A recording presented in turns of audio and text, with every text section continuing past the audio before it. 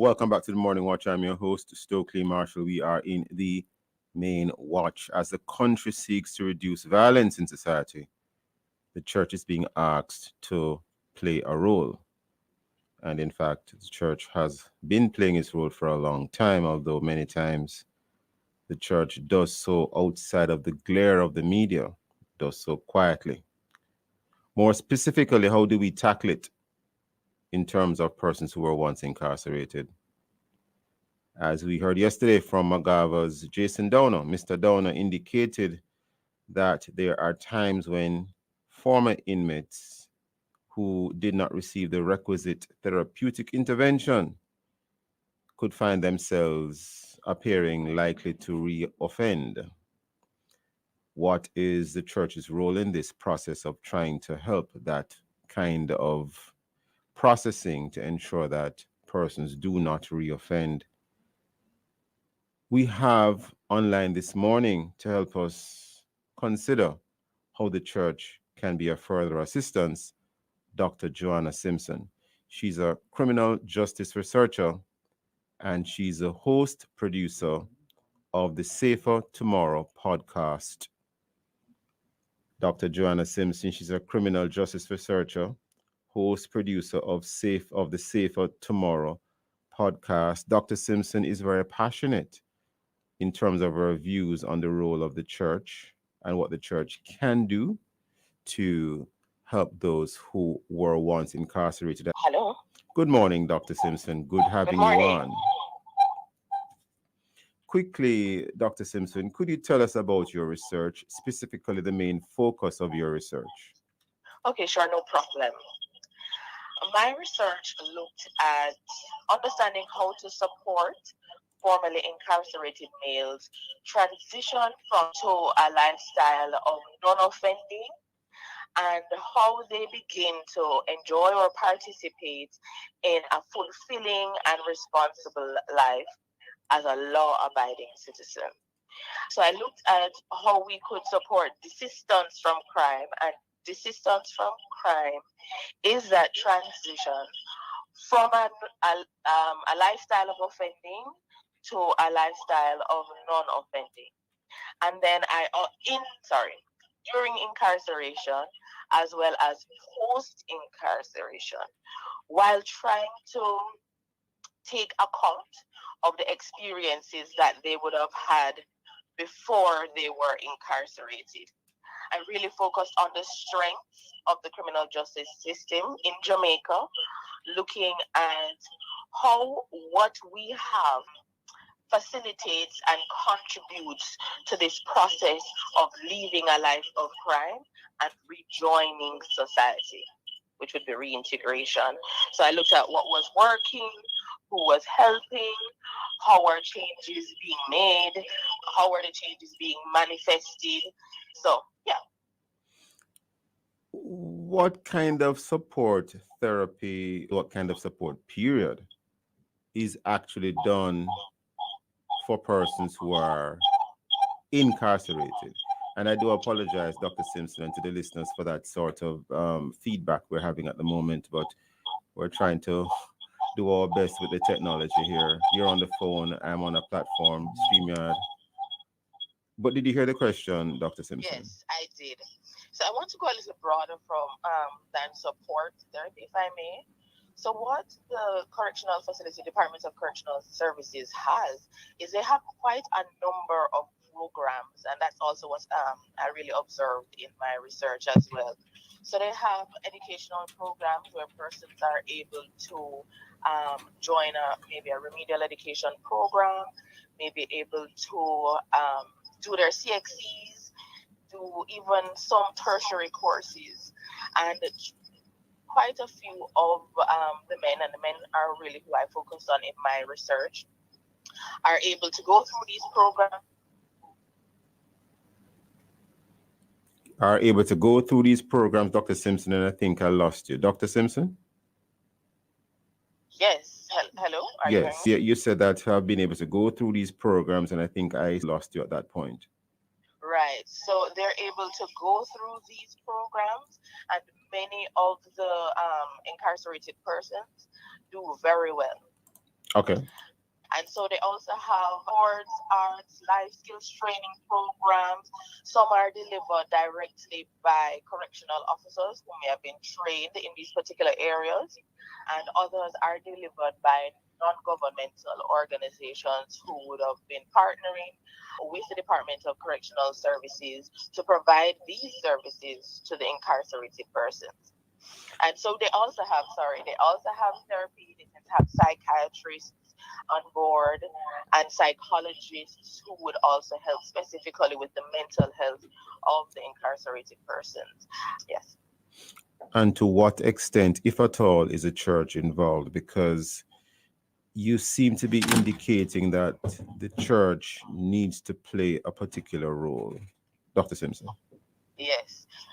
So the church has been involved historically and currently in reducing violence reduction in the community. So that is before persons are incarcerated. We've had organizations, churches, and the faith-based organizations like Joytown Community Development Foundation, Operation Save Jamaica, Pastor Muirhead in the Grand Spend Community, Upper Room Community Church, and we also had cornerstone ministries that used to work in the incarceration facilities, the correctional facilities before. However, what we need more of is not just programs and segments of society contributing to this effort, but we need a holistic, first of all, we really need a holistic civil society approach, but the church is a significant segment of the civil society. And we know that we have the motivation, the experience, and the answers actually to help reduce violence and support the process of living a life of crime for men and women. So there are segments, but what we need more of is we need persons on the ground, members, church members, more pastors who are willing to go into the communities, go into the correctional facilities. Because again, we do have churches who are in the correctional facilities, and from my research, some of the men who I would have interviewed would have become Christians Dr. during their Simpson, only incarceration. because of time, could you hold that thought for a moment? Because I think we're upon a break. Welcome back to the Morning Watch. I'm your host, Stokeley Marshall. We are in the first watch, and our topic is the church and society's role in violence reduction efforts. Our guest is Dr. Joanna Simpson. She's a criminal justice researcher and host producer of Safer Tomorrow podcast. Dr. Simpson, before the break, you were indicating to us what more the church can do. You mentioned pastors needing to go into correctional facilities, etc. Continue, Dr. Simpson. And I want to highlight that it's not just pastors, but the congregation, the church members. We have the expertise, we have the experience, and it has to be a collective approach, not just one person. We want the pastors because the pastors are the leaders, the teachers of the church. They will also help to mobilize the church. But it is not just the leaders of the church, but the everyday man that has to be a part of the process. Because as the church, we are not just in a building, we are also represented as kingdom citizens, kingdom of God, in different spheres of society with different levels of responsibility. And so, right there in our separate positions, we are able to represent Christ to individuals who may be leaving the correctional facilities, who may be in the communities, who are transitioning from a lifestyle of violence, and also help to support them to leave this lifestyle. Dr. Simpson, you said a lot of things in a couple of words. And I want to, if I were open the lid of that can, because a number of things might emerge if you peel back the cover of that can. The issues of stigma, going into a correctional facility to quote unquote minister to persons who have been incarcerated for murder, rape, all manner of things. Mm-hmm. Then you have the issues of, do I want to be associated with these people? You Mm-hmm. have the issues of when they come out of the prison system, do I want to be their friends? Do I want to sit with them in church? Do I want to minister to them from a distance? But don't get too close to us, Mm-hmm. Dr. Simpson. Would I want this person to marry my daughter, Mm-hmm. Dr. Simpson? And let me wait 1 second, Dr. Simpson. Then no, you have other areas that persons could minister to persons in, because it's not just persons who are incarcerated. You have the homeless, Mm-hmm. people who are on the roads, who are engaged in certain activities. You have this what we call sex workers. The Bible calls them prostitutes. But in social sciences, the term sex work has become popular. Mm-hmm. So it's not just persons who are incarcerated, but you have other persons, if I could say other categories, and there might be that similar issue of stigma. So, how do you overcome all of that, Dr. Simpson? Because you are saying a lot of things in a few words. Help us, Dr. Simpson. So, first of all, I want to say that the concerns are legitimate, right? Some of the concerns of safety, I don't think you mentioned safety, but just to put it out I there. did not, but you have done so. Yes, No problem with that, Dr. Simpson. yes, the concerns of safety are legitimate. Jamaica is a small island and things are easily transferred, transmitted, person. However, as the church, we have been mandated to go. And the Lord has, so I'm speaking specifically to the church. And so when I speak about the church has the motivation, it is because one, God has given us the mandate to go to all peoples because he wishes that no one should perish. No one. So that's one. Two, I definitely agree with you.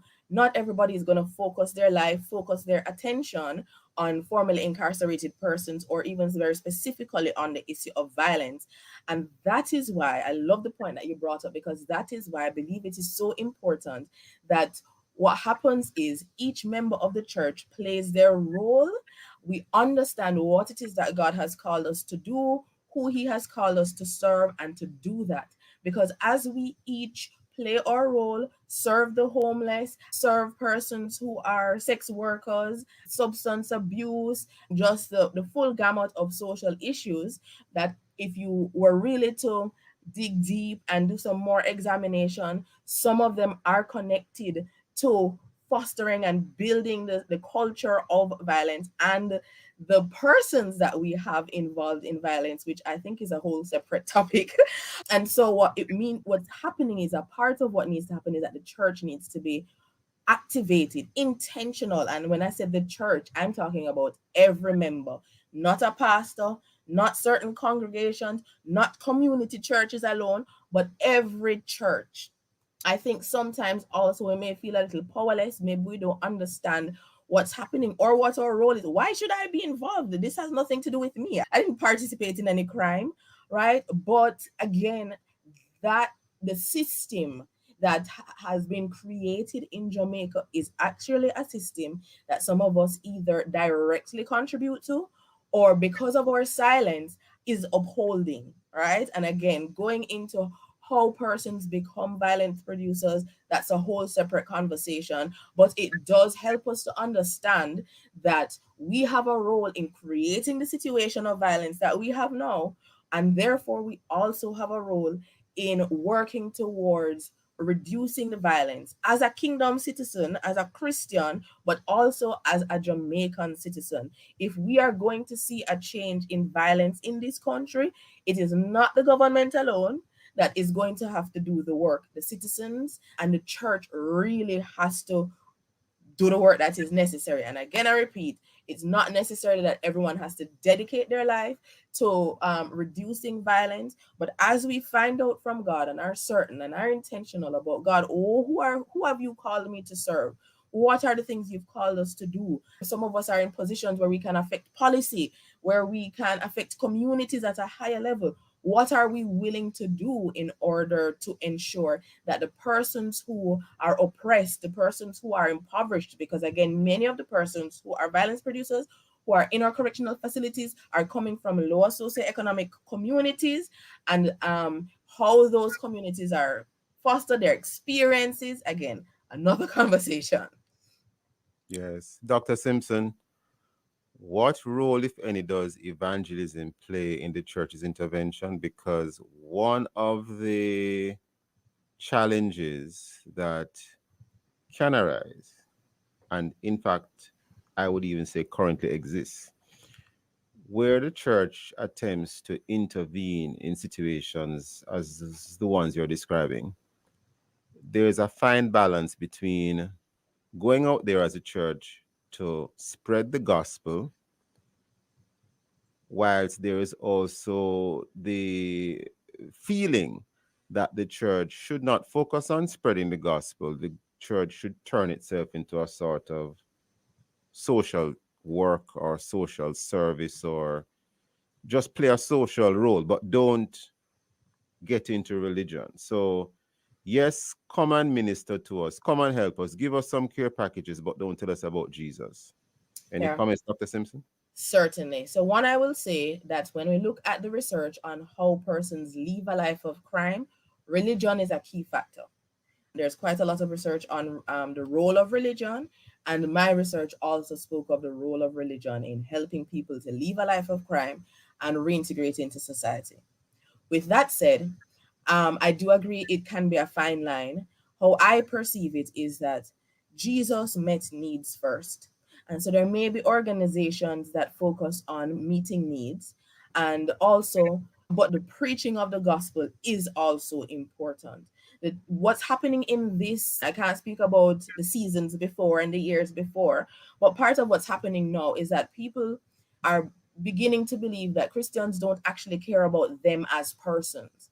They just want to win a soul. Oh, I want soul to carry go home, right? And so persons want to feel that sense of love and care. And how do we feel that sense of love and care? Not just as persons who are non-Christians and need to know the Lord, but even us, right? When God meets our needs, we feel that sense of care that He loves us. And what does that love do? It tends to draw us to God, to help us to be open to what He's saying, to help us to be open to trust. So, in one sense, for me, I see social programs, social faith-based social organizations as those that first step towards helping people to know that as a kingdom citizen, as a church member, as a Christian, I care about your whole man because that's what God cares about. But that transition into experiencing the benefits of eternal life on earth beyond, that comes with knowing Jesus. And so part of what we have to do as a church is work on, and I'm saying we because a lot of the things that I'm talking about is not that I've settled in my mind, and it's there are things that I have to work through as well. But we have to really think about what will draw people to the Lord. And as we draw people, the point I wanted to make is we have to really think about building relationships, because quite often it is building relationships we are able to have an impact. People are willing to listen to what we have to say. Right now, I believe in preaching. We must preach because the Bible essentially says if they have not heard, how will they know? Right? How will they be saved? So we have to preach, but sometimes we focus more on preaching of the word in a distant sense, and even giving care packages can seem like we are There's a care package. Love Jesus, come to Jesus, exactly and go over there. jump in the car, you drive away, right? Exactly. And evangelism, preaching can have the same type of effect. So Yeah. as we preach, we can preach with our actions and preach with our words. Hey, Jesus really loves you, but I'm here. I'm listening to your issues. Right. And yeah, that's my perspective as it relates. Sometimes issues can be overwhelming, but I do understand your point. And before we wrap, Dr. Sims, first of all, I'm not so sure if Jesus focused on the needs first. That's probably a theological discussion. I think he did both. Okay, fine. And I won't say that categorically all the time because he was led by the Holy Spirit. So thank you for that, for Well, pointing that out. But there were times when he he was did God, but focus on. anyway, he is God. But before we wrap this morning, Dr. Simpson, what parting words do you have for us? What parting words do you have for someone who is in their kitchen right now, who is in a taxi right now, going about their business, who is already at work, wherever they are? What parting words do you have for us? All right, thank you. All right, so dealing with violence and violence reduction can feel, as Stokely said, overwhelming. We can feel powerless. It can cause a lot of fear in us. However, as Christians, we have the answer. God has told us we shouldn't have a spirit of fear, and He empowers us. But one of the things I would like to say is when somebody commits a crime, essentially they don't just violate the law, they create a harm to the rest of society, those of us who know what that harm is. And so the first thing, one of the first that thing that we need to do is we need to be able to forgive the persons who are incarcerated, who are involved in violence, because Dr. that is the Simpson, first way. only because of time, but I think you have started something which could make us do another program. Forgive, Okay, forgive, forgive. But Dr. forgive. Simpson, alas, we're completely out of time. I want to thank you, Dr. Simpson, for your time with us this morning. Very interesting. Thank you so much for your time and for your thoughts. And thank you so much for having me. Have a good day. Listeners,